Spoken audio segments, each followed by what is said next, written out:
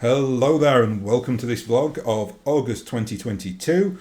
Today's video is going to be a bit of a weird one and hopefully the start of a series of videos that I'm going to do on the new technology of BattleTech. Now, I say new, obviously I play like the end of the Succession Wars to the FedCom Civil War era. BattleTech now, in regards to its current narrative, is like 100 years in advance of the FedCom Civil War. So for any player engaged in that particular like new narrative that's going on, this is very like old hat for you. But for me, what I'm going to talk about is like the newfangled sparkling technology that comes around after the clan invasion. The reason I'm doing this, maybe probably as a series of videos as well. Again, I'll run it like I do the kind of weird and wonderful organisations within BattleTech, that little series of videos that I've got going on. I'll probably stagger it over like the next few months, and every so often you'll see one of these just crop up. I've kind of done some of them already a little bit, because I've kind of dealt with like weird ammo types in BattleTech, and some of that is very much like newfangled technology. But the reason why this came up as a subject is because I had quite a good conversation on in the comments with somebody about why I don't play past the FedCom Civil War.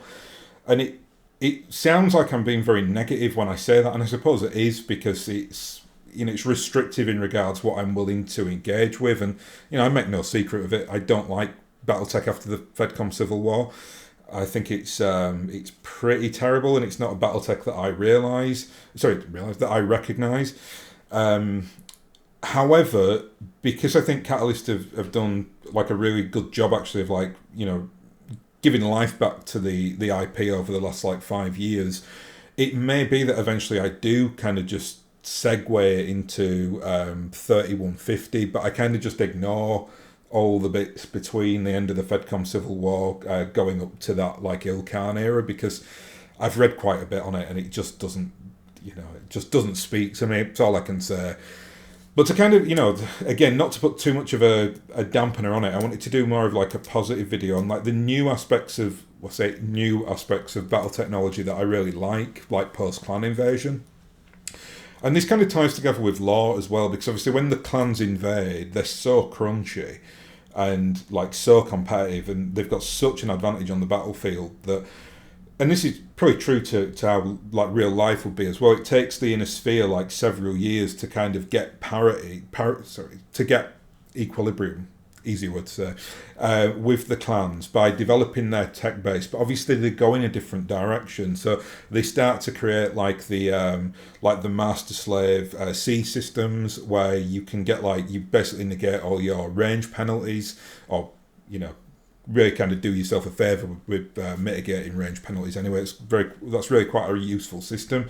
Although I've got to be honest, that's not something I've ever traditionally played. I know the rules for it, but it just seems a bit of a weird one. I'm going to try and experiment. That may become a video in its own right, but it's kind of something that's been covered at length by other like YouTube and podcasts and stuff like that. So I don't know how much I'd go into depth on that, because they'll give you a far better synopsis of it than I can, because it's quite complex. But those things exist in BattleTech to bring the inner sphere forces up to that like level of the clans. It's just they're going a different direction.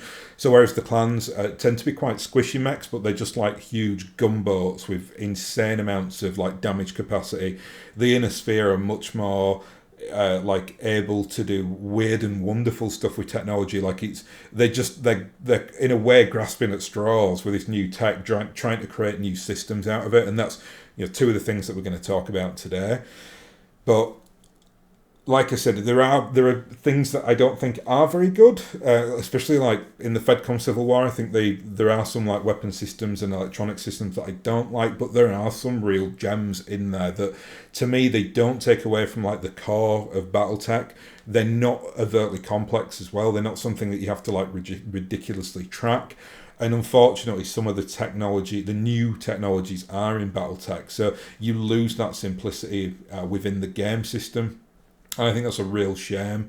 And I think, in a way, it's like a barrier to entry for new players, which I really don't like, because you always get those players who are quite happy just to kind of curb stomp new players, which I just have no time for that at all. So they'll kind of bring this newfangled technology in the knowledge that the new player doesn't know what it does, and then they'll just smash them with it. And yeah, that's not for me. I think if you do that to someone once, they'll probably never play the game again, so nobody wins. Like, yes, okay, that very insecure person gets the the little buzz of beating somebody, but I think if your life's got to that, you've got more problems to worry about really than BattleTech. So yeah, hot take right there. If you're one of those players, get over it. But saying that, if you've kind of come across experienced players who know what they're doing, and then you can kind of play these weird and wonderful technologies, that can be fun because they will, really important fact, they will know the counters to that technology as well, or how to counter it. And I think when it's done at like this level, which is in the FedCom Civil War, there are only like very simplistic counters to every weapon system. So for instance, you can actually reverse the like an ECM. ECM obviously, which is the like electronic field, which like hurts your opponent's ability to kind of do things like use Artemis and things like that. You can actually reverse it so your ECM blocks an opponent's ECM. That I like. It's like a little top trump that exists within the game system, and I think that's very interesting. When it gets, I think, problematic though is when you have like trumps on trumps, and you just end up with this like escalation, which is, to me, again, just rips out all the kind of simplicity and the beauty of the BattleTech gaming system. And it makes games just much slower because you're constantly having to think about those technology systems that you've got on the kind of battlefield. But again, I think if you pick and choose what you want to do, which is what BattleTech was made for, which is kind of the get out really for the entire game, where you can say, well, you can play in the Dark Age era. You don't have to play with any of this newfangled tech. You can play as though it's 3025. Obviously at tournament competitions that would change, but if you've got like a group of friends who agree to it, you can do what you want. It's basically just a buffet of picking and choosing the rules for you. So that's an important factor as well. But I kind of do that during the FedCom Civil War. Like there are some weapons where I'm just like, oh, that's so either overtly complex. I always used to bracket in like the C system in with that, but changing my mind gradually on that, I think it is kind of viable and it is quite well thought out. I especially like the improved C system because then you don't have the master-slave unit, so that makes it just easier to manage because you're not constantly have to look at where the master is and then when the slave units are and how they interact with each other if they're getting affected by like ECMs.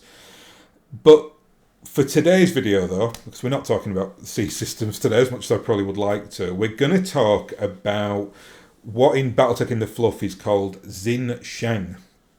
Now this is of course the fact it's a Chinese word, which basically means new birth, should give you a hint straight off that this is the Capellans that we're going to talk about. Well, the Capellans, as I have talked about many times before, have the best mechs in BattleTech. And whether it's like the old 3025 era, when you've got like the new wave of mechs that come around, like the Catathrax or the Raven, but even before that, they had like the Catapult, which is my favourite mech, basically. That's kind of the factories for that are sat in Capellan space. So they have a very kind of good legacy with having incredible mechs.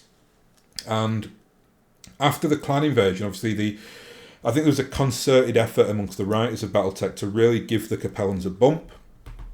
Because before that they'd really been like the antagonists and the whipping boys. Well, there was the era when Sun Tzu takes over, who's kind of the great Capellan leader. He benefits from the FedCom Civil War and the clan invasion, because obviously the Capellans are not impacted by the clan invasion at all. It's basically just the Draconis Combine and FedCom. So the Free Worlds League and the Capellans are kind of sat back like, oh, we can take the advantage of this and get all the new technologies coming in, but we don't have to have our military smashed. And our enemies, in FedCom's case, are getting smashed. So hurrah. And after the clan invasion, you see like a real like bump in it's that obviously they're able to take advantage of the technology. They've also got basically a great leader in Sun Tzu, but they've also then got the fact that their main rivals, who are FedCom, start like an intergalactic civil war. And they then, the new birth, this Sheng is basically like a method of them recapturing what they lost during the Fourth Succession War.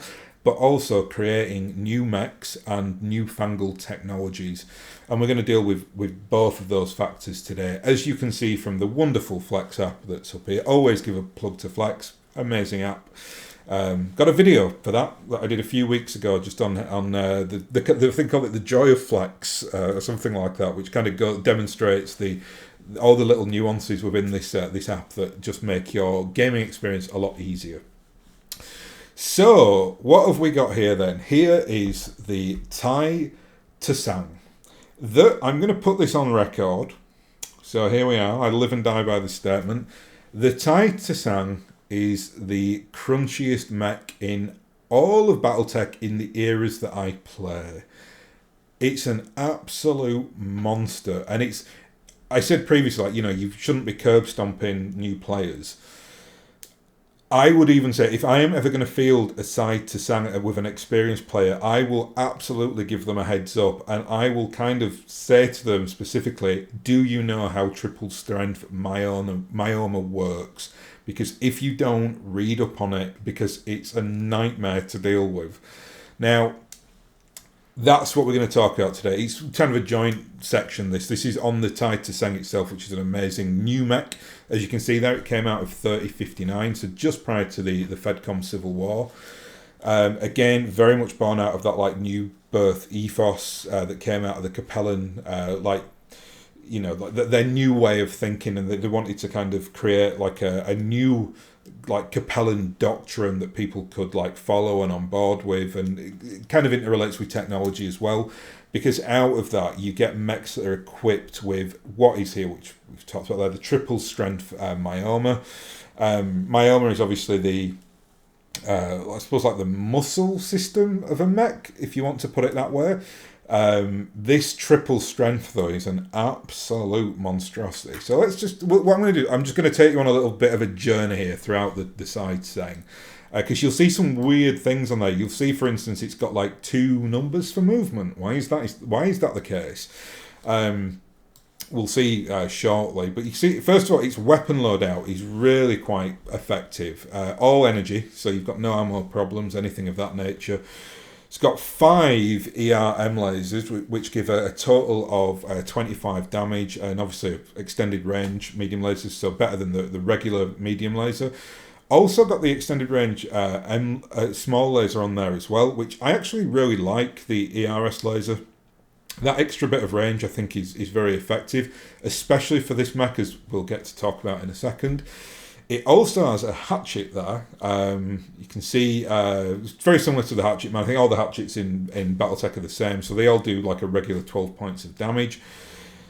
In terms of, let's just have a look at its armour here. So I'd say for a 60-ton mech, really quite well armoured. Jump jets as well. So well armoured mech with jump jets kind of show you straight away that it's a very like well optimised mech. When I talk about optimization, though, I usually talk about heat efficiency. I think that's the main signal as to whether a mech is well designed or not. And you can kind of see at face glance, it's like, well, is it actually that well designed? Because you've got here, 5, 10, 15, 20, 25. I thought I miscounted then. It's 5 medium lasers, 25, 2, 4, 6, 8. So we've got, 33 points of heat there that we can generate, and we've got 26 heat sinks. So slightly over. But what I'm going to talk about now is why that's actually advantageous for this mech. Because you can see here on the heat bar, there's something quite unique to anything with the triple strength Myomer system, this TSM range.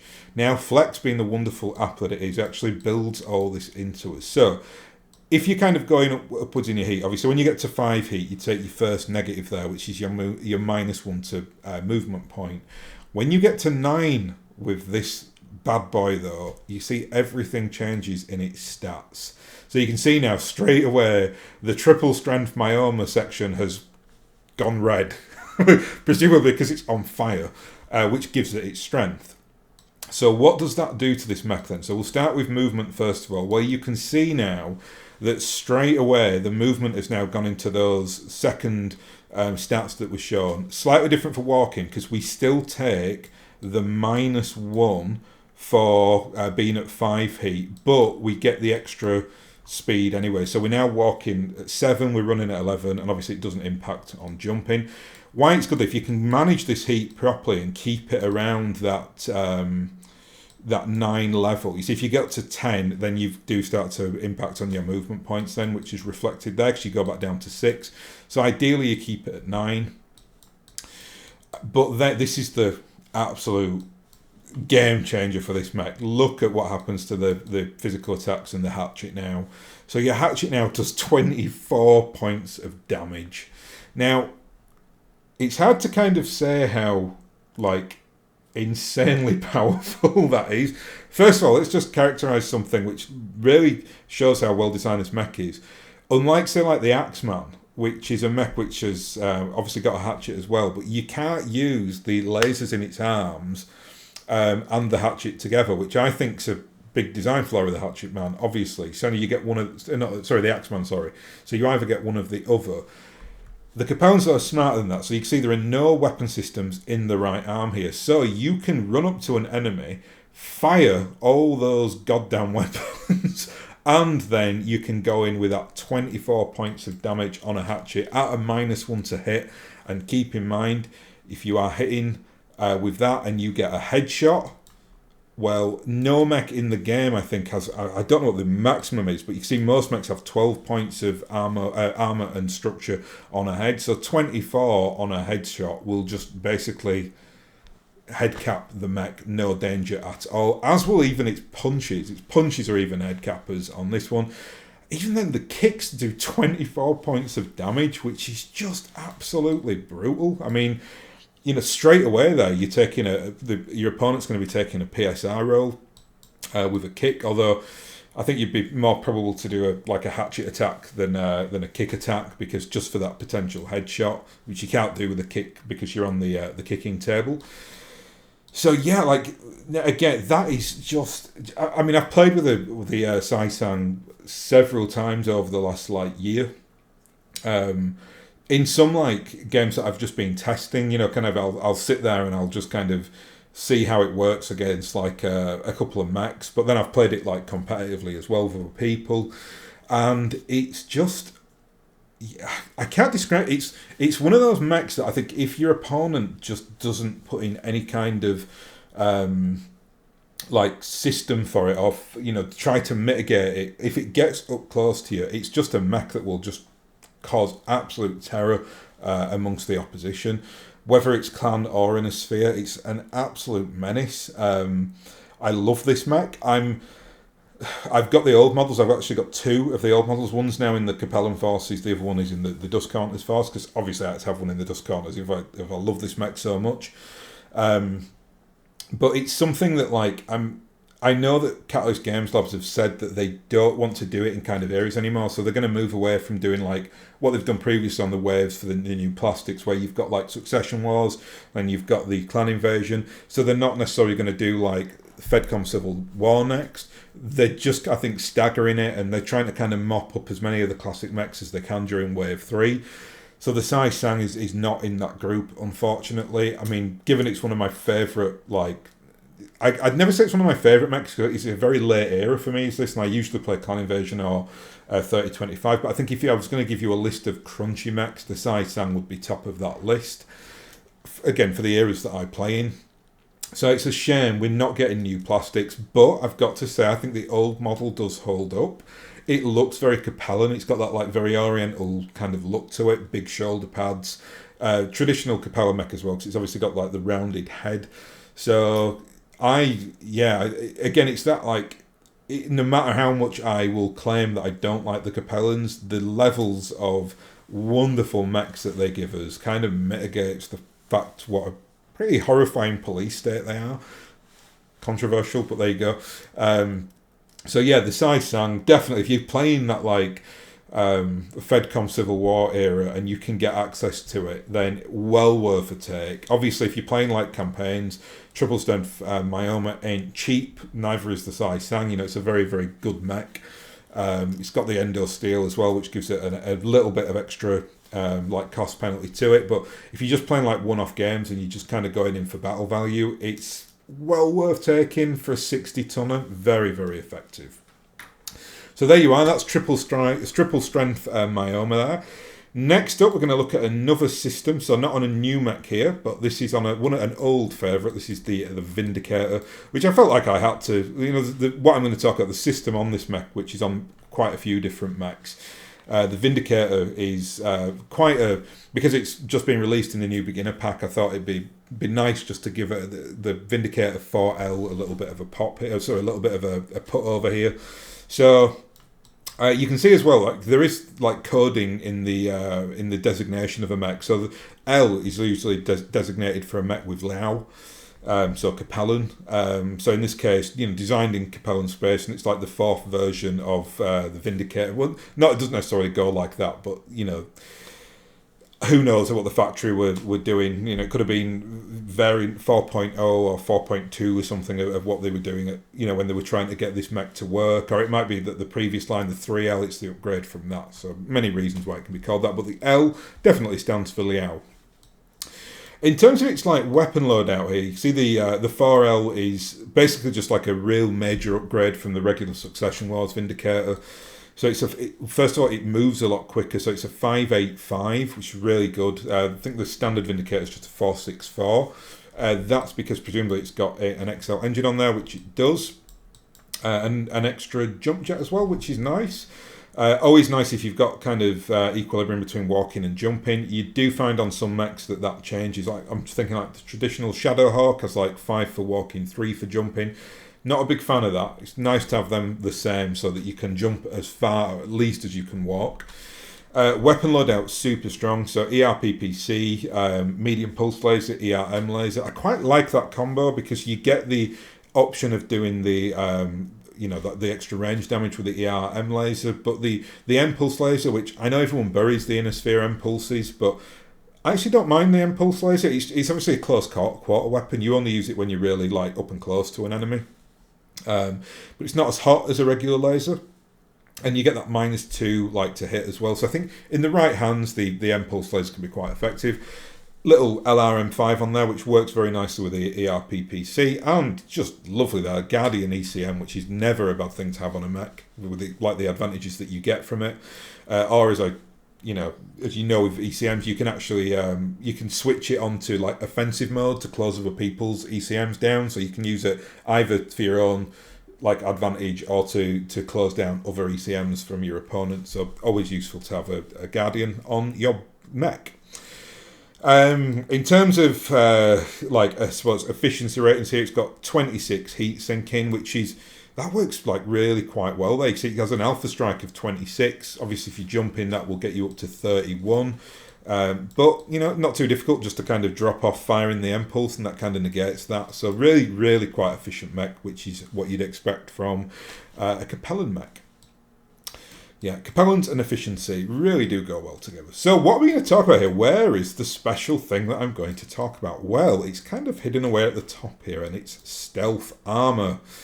Now, stealth armour, what to say about this? Well, the first thing to note is that it works in tandem with the ECM. So you've got to have an active ECM on your books for it to work. If your ECM gets destroyed, so you see it's just here the ECM, if it gets critted, don't know if it does, it doesn't tell you anything that it stops working, but that actually stops the stealth armor from working. I think it's basically like the Guardian ECM uses its space magic to power the stealth armor, because ECMs and stealth and try to disrupt your enemy's electronics, stuff like that, it kind of all sits under the same bag. So if you destroy the ECM, you can't use the stealth armor. You decide whether to use the stealth armor, whether you want it on or off in the end phase. So basically, you just make a decision. You say, well, it's either on or off. If it's on, then you get the advantages of the stealth armor. If it's off, then you get the ECM as usual. So the ECM can be used just in its traditional way, but you can't use the ECM in its traditional way if your stealth armor is on, if that makes sense. I've said that a little bit in a weird way, but hopefully that makes sense. So what advantages do you get then from the stealth armor? Well, it gives you 3 things basically. It gives you a +1 for your opponent to hit you on a medium range attack.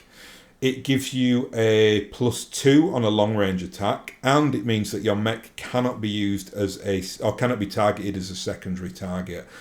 All three of those are obviously very nice, quite easy to remember as well. I think the only thing that gets a little bit tough to manage with stealth armor is just remembering whether you've turned it on or off. So you probably want to kind of just make a note of that in the end phase. So stealth armor on, stealth armor off. I'll put like a little button next to the mech or something like that just to designate if it's on or off. But those three things are really quite powerful, especially like on skirmishy type mechs like the Vindicator, where chances are, I mean, I love this version of the Vindicator because you can use it as a skirmish mech because you can get up close and personal with the 3 energy weapons there because the ERPPC has no minimum range bracket in it, so that's very nice. But I think if you're going to be using this like in a more traditional manner, you're probably going to be sat between, I don't know, like 12 and 20 hexes or inches away from your opposition so that you can use all three systems, or all three weapons there apart from the ER pulse laser. You can then engage your stealth armor to get that +2 on long range for your opponents. It just makes you a lot more difficult to hit.